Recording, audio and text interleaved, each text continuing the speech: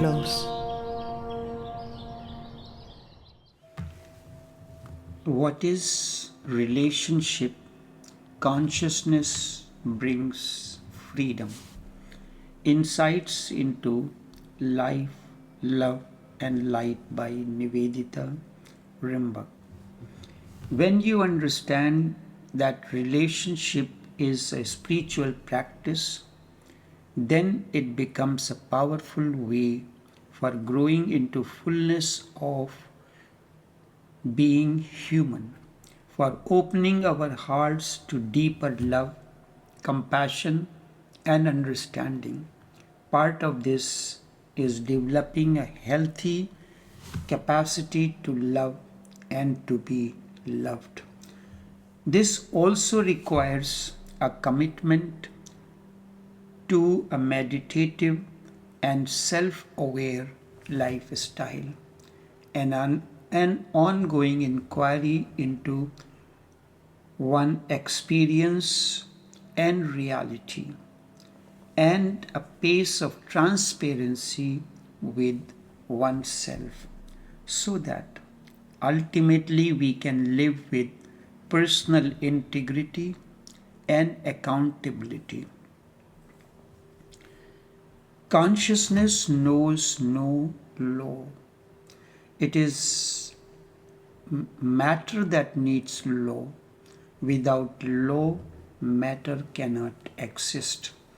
And in the same way, with the laws of the world, consciousness is impossible.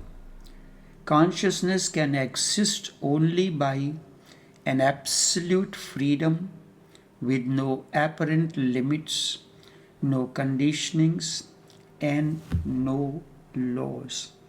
Matter will fall apart without laws, simply because matter has no individuality, no center of being to hold it together. Matter without center or self. Freedom is ultimate experience of life. Freedom is ultimate experience of life. The freedom that follows choiceless awareness is the freedom just to be yourself. And you are yourself already. You are born with it. Therefore, it is not dependent on anything else. Nobody can give it to you, and nobody can take it from you either. A sword can cut your head, but it cannot cut your freedom, your being. It is another way of saying that you are centered or rooted in your natural existential self. It has nothing to do with outside. Freedom from things is dependent on the outside. Freedom from things is dependent on the outside. Freedom to do something is also dependent on the outside. Freedom to be ultimately pure has not to be dependent on anything outside. Freedom to be ultimately pure has not to be dependent on anything outside. You want to free of something, so you are dependent on that object. For instance, you want to free yourself of some bad habits, you are dependent on that habit and how firmly they have gripped you. Freedom to do something is also dependent on outside factors. You want to go somewhere, but it is snowing, it is raining or something, so it is dependent on outside factors. Freedom to be ultimately pure has is not dependent on anything outside you. You are born as freedom. You are born as freedom. I did not say born free. Born as freedom. It is just that you have been conditioned to forget it. Layers upon layers of conditionings have made you a puppet in the hands of those conditionings. These strings are in somebody else's hands. If you are a Christian, you are a puppet. Your strings are in the hands of a God which does not exist. So just to give you the sense that God exists, there are prophets, messiahs, all representing God. They represent nobody. They are just egoistic people. And even ego wants to reduce you to a puppet. Same is the situation with other religious belief systems, be it Islam or Hinduism. They tell you what to do. They give you 10 commandments or something else. They give you your personality. That you are Christian, a Jew, a Hindu, a Muslim. They give you your so-called knowledge, and naturally, under the great burden which they start giving you from the very beginning of your childhood, now the whole burden you are carrying. Underneath, you are hidden, repressed, and also is your natural self. Now the load you are carrying, underneath it, hidden, repressed, is your natural self. If you get rid of all conditionings, if you can think that you are neither a communist nor a fascist, that you are neither a Christian nor a Muslim, you were not born as Christian or Muslim, instead you were born just pure, innocent consciousness. That is how everybody is born. Empty canvas, and on that everyone starts painting something or the other. To be again in that purity, in that innocence, in that consciousness is what I mean by freedom. Freedom is the ultimate experience of life, the only experience of life. There is nothing higher than that. And out of freedom, many flowers blossom in you. Out of freedom, many flowers blossom out of you. Love is the flowering of your freedom.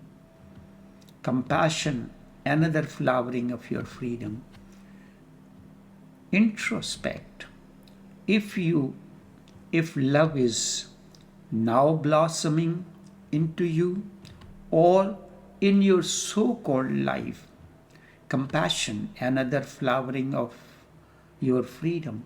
Remember, all that is valuable in life flowers in the innocent, natural state of your being.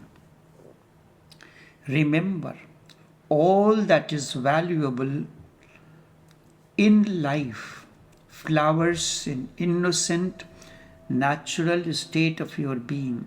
So do not connect freedom with interdependence. Independence is naturally from something or from somebody. Don't connect freedom with doing things that you want to do, because that is your mind, not you. Wanting to do something, desiring to do something, you are in the bondage of your wanting and your desiring. You are guided by that. Self-consciousness is human. It is falling from consciousness. If you fall from consciousness, you will have a certain forgetfulness of anxiety. If you rise from the self, you will not only have a forgetfulness of anxiety, instead, anxieties have simply evaporated and they exist no more. You can become Buddhas.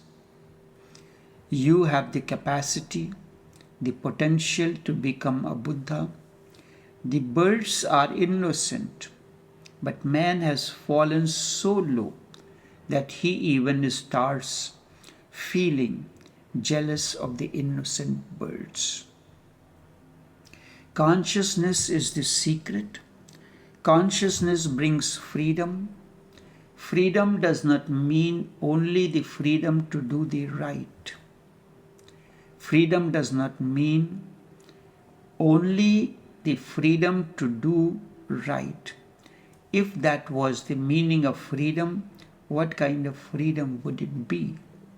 If you are only free to do right, then you are not really free. Freedom implies both alternatives: to do right, to do wrong. Freedom implies the right to say yes or to say no as well. And this is something subtle to be understood. Saying no feels more of a freedom than saying yes. Saying no feels more of a freedom than saying yes. This is not philosophy. It is a simple fact that you can observe in yourself. Whenever you say no, you feel more free than when you say yes. Introspect. You feel more free when you say no than you say yes. Saying yes, you do not feel free, because yes means you have obeyed. Yes means you have obeyed. Yes means you have surrendered. Where is the freedom? No means you are stubborn, keeping aloof. No means you have asserted yourself. No means you are ready to fight. No defines you more clearly than yes. No defines you more clearly than yes. Yes is vague. It is like a cloud. No is very solid and substantial, like a rock. Enough for now.